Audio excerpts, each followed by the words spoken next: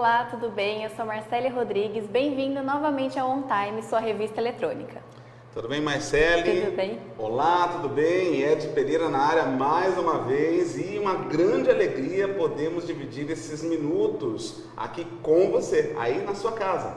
Exatamente, continue acompanhando a gente nas nossas outras redes sociais, tanto o Facebook, toda terça-feira às 7 horas da noite, no YouTube e também no Instagram, que estamos sempre compartilhando nos stories para você manter informado. Isso mesmo, no Instagram, inclusive, as notícias elas podem entrar a qualquer minuto e nós já temos lá nos stories, no feed de notícias e também, obviamente, compartilhando no Facebook, nossos dois públicos principais do dia a dia, que além de entreter, também estão se mantendo muito bem informados nas nossas redes. E por falar em informação, essa semana, na quinta-feira, nós comemoramos o Dia Mundial da Fotografia, né, Marcele? Que legal, né? Ver a evolução desde cedinho até hoje em dia, como a fotografia é usada nos dias de hoje. Muito, muito bom e bonito, né? Hoje é fácil de nós pegarmos até mesmo um celular para poder falar sobre fotografia, mas lá em 1800 isso não era assim tão simples, né, Marcele? Era algo que eles já pensavam de como guardar, então existiam as pinturas, na realidade, os grandes pintores, que obviamente as escolas sempre comentam de Leonardo da Vinci, Michelangelo. Sim, com certeza. Eles tinham que ter aquela memória fotográfica e passar aquilo para o papel. Mas o legal mesmo era que cada um queria fazer os seus registros, né? Sim, com certeza. Levando em conta sempre a iluminação, os aspectos da natureza, da população, da pintura foi evoluindo aos poucos, assim como na fotografia. Pois é, e tanto que o processo era científico. Além de usarem aí placas de cobre, pequenas plaquinhas de prata para poder fazer o espelhamento dessas fotos, dessas imagens, ainda usavam um tal gás de iodo, Marcelo. Olha, estou me sentindo muito cientista agora, viu? Usavam o iodo para conseguir, fotografar, entre aspas, mas depois acabava sumindo.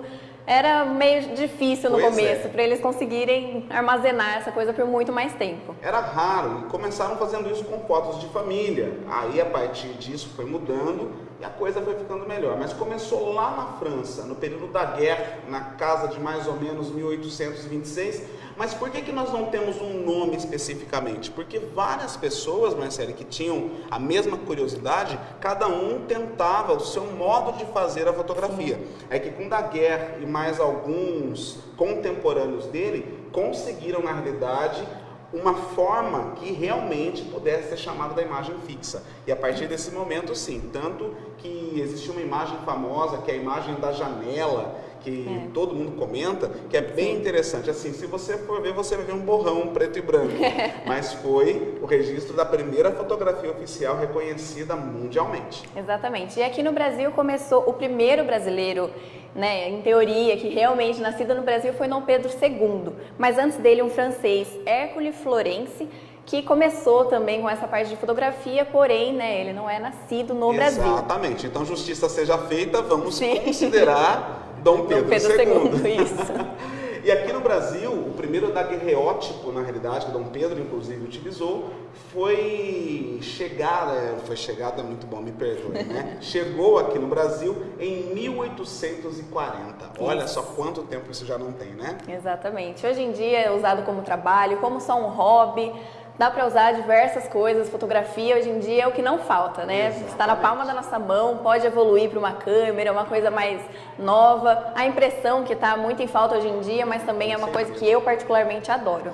Quem não gosta de fotografia impressa, né? Tanto que eu sou meio suspeito em dizer, né? Porque uma das minhas empresas trabalha com isso, Marcelo. Então, é muito gostoso de perceber como as pessoas ainda dão valor e como ficou raro uma pessoa ter uma foto impressa, sabe? Então, os totens fotográficos hoje em dia, eles são muito bem cotados justamente para que as pessoas possam ter uma grande lembrança de uma festa, por menor que ela seja. Sim, e olha, com certeza. Muito bom. Comecei com um hobby, acabei me tornando profissional do ramo de fotografia e sou um apaixonado realmente também desse segmento que só faz crescer, quem diria, né? Exatamente. Eu, tô desde pequenininha no hobby, nessa parte de fotografia. Meu pai é um fotógrafo excelente, eu aprendi algumas coisas com ele, mas tá tudo certo. Muito joia, né? Hobbies familiares, tá vendo? Quem sabe você está ouvindo isso agora e não está pensando em uma nova profissão. De repente, aproveita essa semana aí de comemoração mundial da fotografia e se engaja também nesse segmento. Exatamente. Enfim, né, vamos adiante. Exatamente. E falando em hobby, né, Marcele, nossa primeira matéria oficial vai falar justamente de um outro hobby muito, muito legal, conhecido como ferromodelismo. Exatamente. Você já ouviu falar, conhece sobre essa arte? Já ouvi falar, inclusive, eu herdei da família da minha esposa um ferrorama bem antigo, que olha, já fui cotar, viu? Tem um valorzinho bem legal por aí. Exatamente. A nossa equipe esteve com o Júnior Mantes para falar sobre esse hobby que consiste na criação de modelos de transportes ferroviários, só que numa escala bem reduzida. Roda a matéria.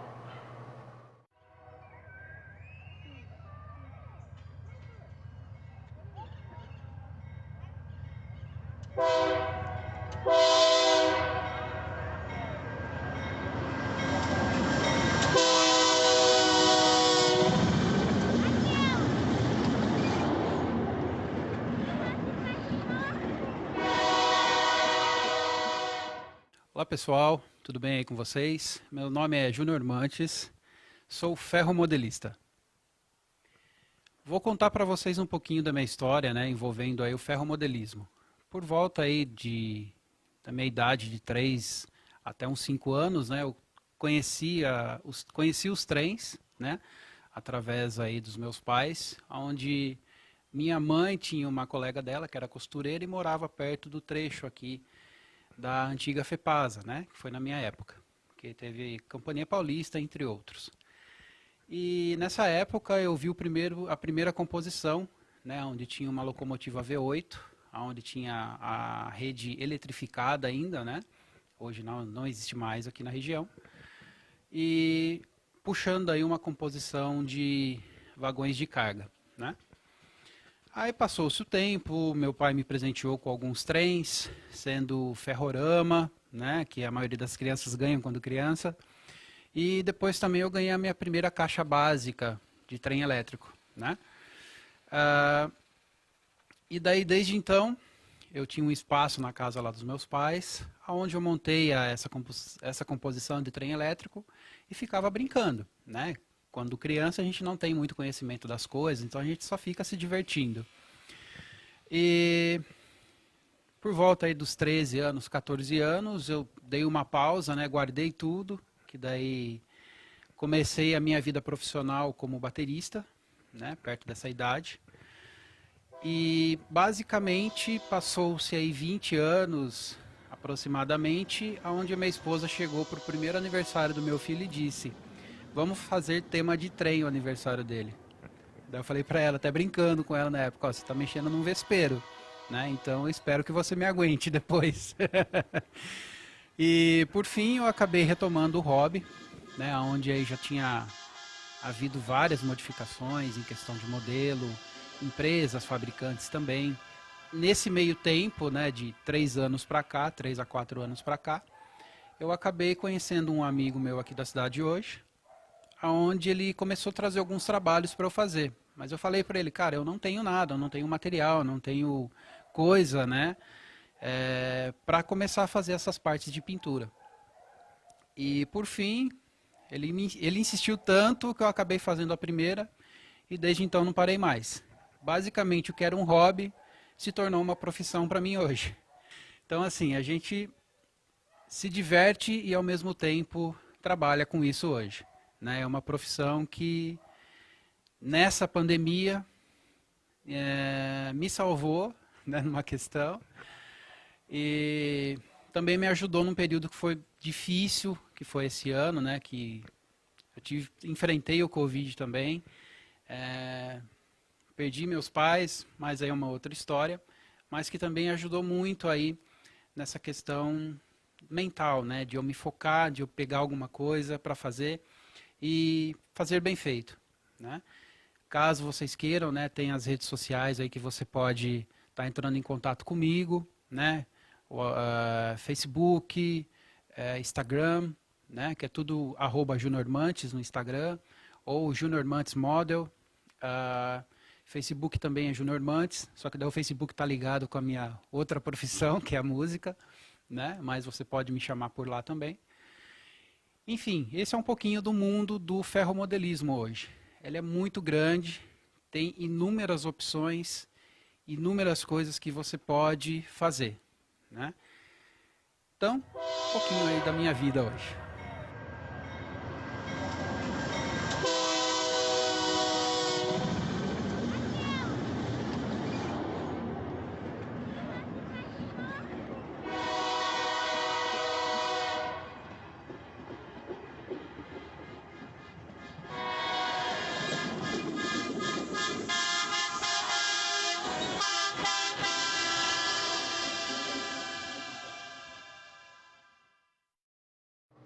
Obrigada pela sua entrevista e parabéns pelo seu trabalho. Vamos falar novamente agora sobre a fotografia. Sim, vocês pensaram que ia acabar somente no bate-papo, mas hoje não. Hoje, na realidade, nós trouxemos uma entrevista com um dos fotógrafos provavelmente mais tradicionais da cidade, profissional, para falar um pouquinho sobre esse universo fenomenal que é o João Antero. Ele é uma pessoa que é muito conhecida aqui na cidade, provavelmente você vendo vai saber quem é, porque ele já esteve em grandes eventos da cidade fotografando, já trabalhou para os principais jornais da cidade, inclusive também dá curso aqui para Limeira e região. Roda a matéria, diretor. Então, cara, eu comecei na era de filme, né? Que eu fui trabalhar no jornal e, na verdade, eu fui para ser motorista de reportagem, fazer cafezinho lá e tal. E aí eu eu ajudava os fotógrafos no laboratório a revelar, né? E eu comecei aí a gostar e comecei aí a praticar sozinho, né?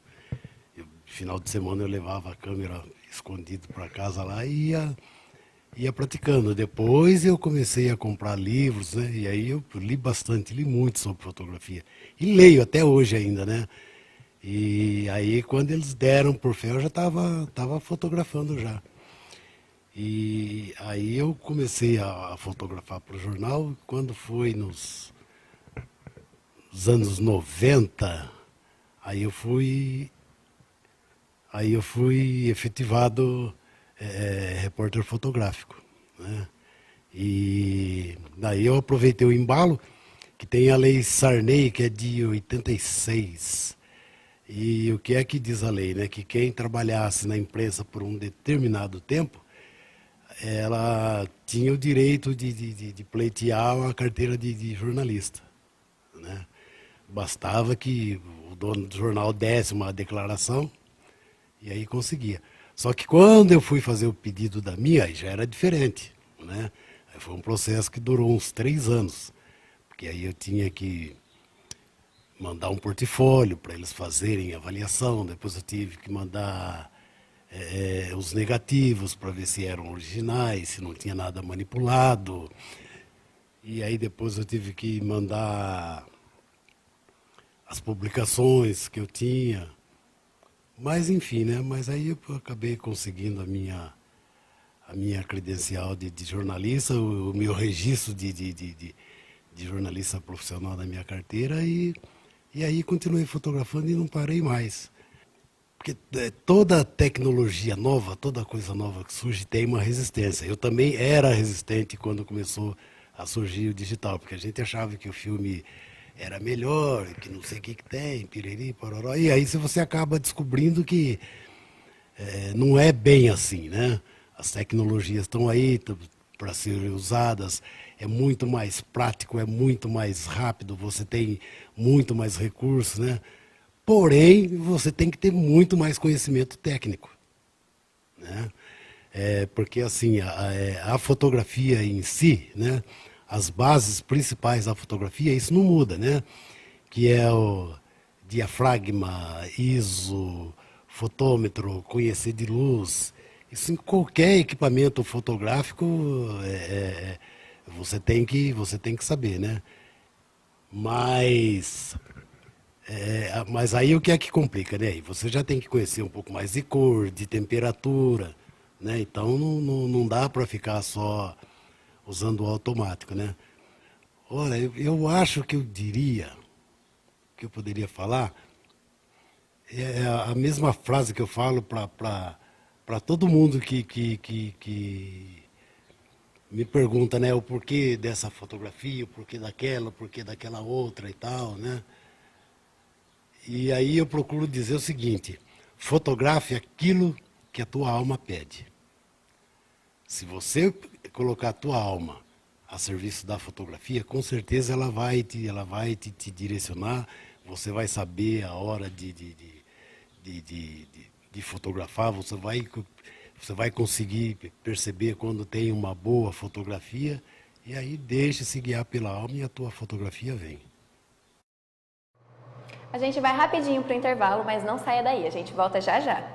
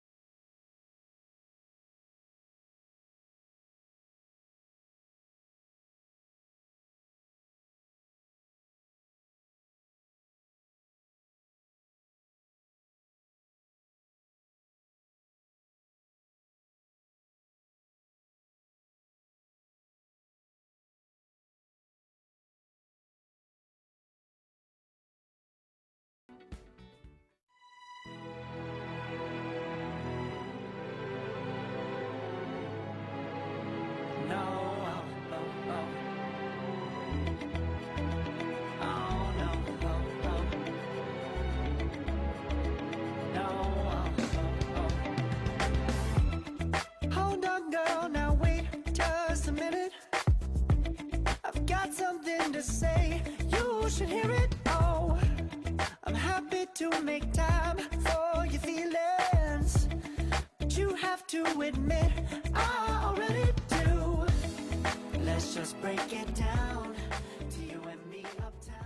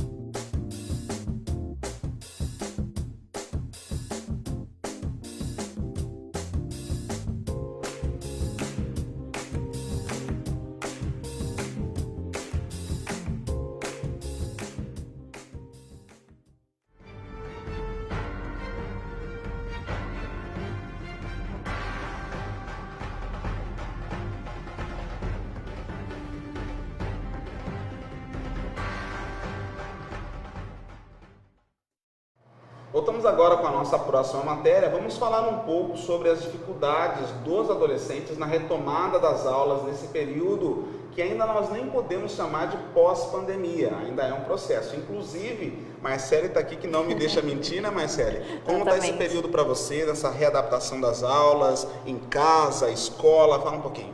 Então, né, um período muito difícil, não só para a minha idade, principalmente para quem é novinho, que está começando agora. Para perder essa fase de aprendizado é muito difícil, mas né, a gente tenta se adaptar a essa nova fase, que está quase 2 anos, né, nessa fase, mas aos poucos, se Deus quiser, vai voltando tudo ao normal. Já tem grande parte dos meus amigos que estão voltando para as aulas, as provas estão mudando, mas a gente dá um jeito sempre, né?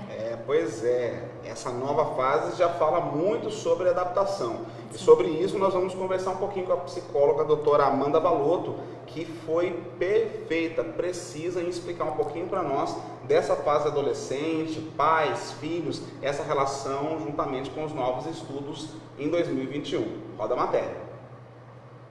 Olá, pessoal da On Time, eu sou a Amanda, sou psicóloga, agradeço o contato de vocês para estar aqui falando um pouquinho sobre os impactos da pandemia para a vida dos adolescentes. Vou começar falando sobre duas questões muito importantes na relação mesmo dos adolescentes com as outras pessoas e na sua vida, tá? Fora a pandemia, as questões que envolvem as psicopatologias que muitas pessoas acabam desenvolvendo ao longo da vida, acontecem 50% delas na primeira fase da vida, do 0 aos 14 anos. Isso é um dado da Organização Mundial de Saúde, que preocupa muito, né, as pessoas em geral e principalmente nós da área da saúde, por já ser uma constante, né, nos dias de hoje, sem contar a pandemia, tá bom? Com a pandemia, imagine só o quanto isso, né, será refletido para os adultos do futuro, né, pensando nessa geração dos adolescentes que passaram por esse período da pandemia. Então, outra questão importante é sobre o contato que os adolescentes precisam realizar nesse período, né, de transformação, nesse período de autoconhecimento que é a adolescência. Até os 10 anos de idade, aproximadamente, é um período onde as crianças recebem muitas informações dos pais, são orientados pelos cuidadores, e é um momento onde as regras são colocadas, né, para as pessoas. No período de adolescência, é onde nós começamos a questionar essas regras. Então, o que acontece nesse período, né? Com o questionamento, nós abrimos margens para confirmação das nossas ideias, para a criação da autocrítica, para a nossa visão de mundo, para a visão de como nós somos no mundo. Então, pense você naquele período em que você é adolescente, né, quando nós começamos a questionar as roupas que os nossos pais compravam para nós, né, os estilos de música que os nossos pais gostavam. Então, tudo para nós precisava ser diferente, precisava ser outra coisa. Então, esse movimento é um movimento natural da adolescência para que se encontrem em meio a essas regras que foram colocadas pelos pais, para que criem, então, a sua autocrítica e a sua visão própria das suas regras, né? E é um período onde os pais sempre acham, né, esse adolescente aí, ele não gosta de mim, né, teimoso, não aceita as minhas regras, mas não é isso. É que realmente a gente está formando as nossas ideias, os nossos valores e os nossos princípios. E aonde acontece esse espaço de troca e aceitação? Geralmente em casa é um lugar onde os adolescentes não se encontram nesse momento, até por conta das regras que foram colocadas pelos pais. Então os pais, eles vão reafirmar as regras que eles colocaram na infância. E os adolescentes tentam quebrar essas regras. Então o ambiente onde os adolescentes conseguem esse acolhimento, essas trocas, é o ambiente da escola, é o ambiente dos cursos, é o ambiente onde eles conseguem o contato com pessoas que estão vivendo o mesmo momento que eles. Então percebam só vocês a importância dessas trocas, desse contato com pessoas da mesma idade, que estão vivenciando a mesma situação, né, de desenvolvimento. Então, gente, aí a gente já vê o impacto da pandemia na própria formação da autoconfiança das pessoas. Pensem só como vai ficar esses adultos, né, como vão ficar essas pessoas daqui 10 anos, né, sem essa afirmação, sem esse olhar do outro.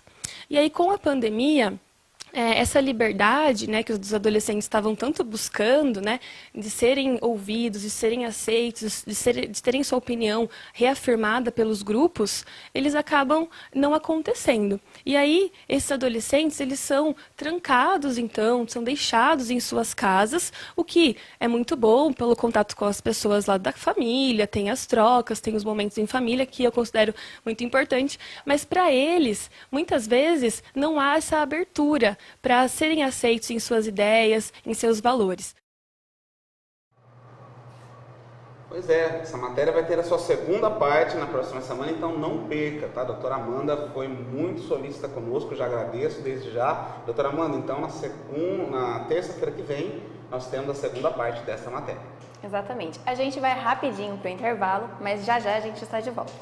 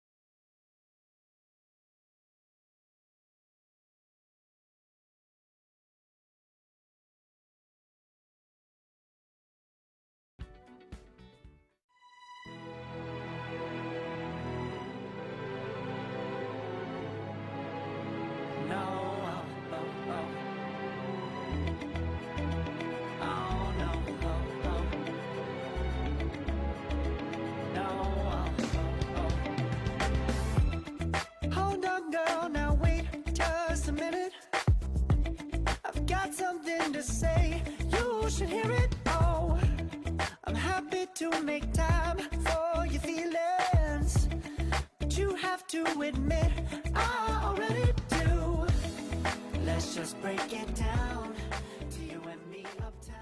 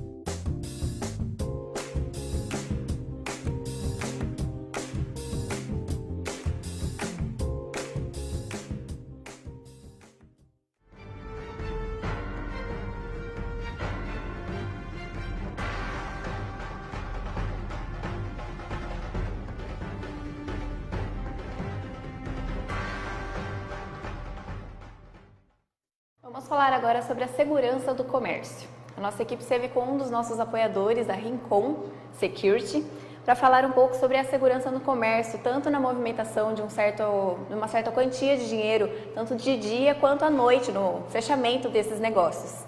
Então roda a matéria para saber mais sobre os detalhes. Olá, pessoal da On Time. Vim aqui hoje bater um papo com vocês aí, referente a retomadas do comércio em todo o estado de São Paulo. E queria deixar aqui um alerta para todos, né? Que nessa retomada temos que ficar muito atento com a questão da segurança, não só do espaço físico, mas de todos os proprietários, funcionários, onde vai ter um crescimento, graças a Deus, no giro do comércio. Então, que as pessoas procuram uma empresa credenciada, de credibilidade, com uma boa qualidade, para oferecer uma boa segurança, que esteja ali acompanhando a rotina do comércio, que esteja acompanhando a entrada, a saída, controladores de acessos, tudo isso que faz parte da segurança para um comércio. É muito importante, deixo ressaltado aqui, não deixe de fora essa parte. Sabemos que passamos por uma pandemia e essa retomada vem com alguns déficits, mas é muito importante manter aí um segurança, um controlador de acesso, para que todos ali, frequentadores, colaboradores, proprietários, estejam seguros nesse local, para que nenhum desabono venha a ocorrer e venha trazer déficit maior ou até prejudicar grandemente o giro do comércio. Isso é muito importante. Essa é a minha dica. Eu sou o Rincon, proprietário da empresa Rincon Security. Ok?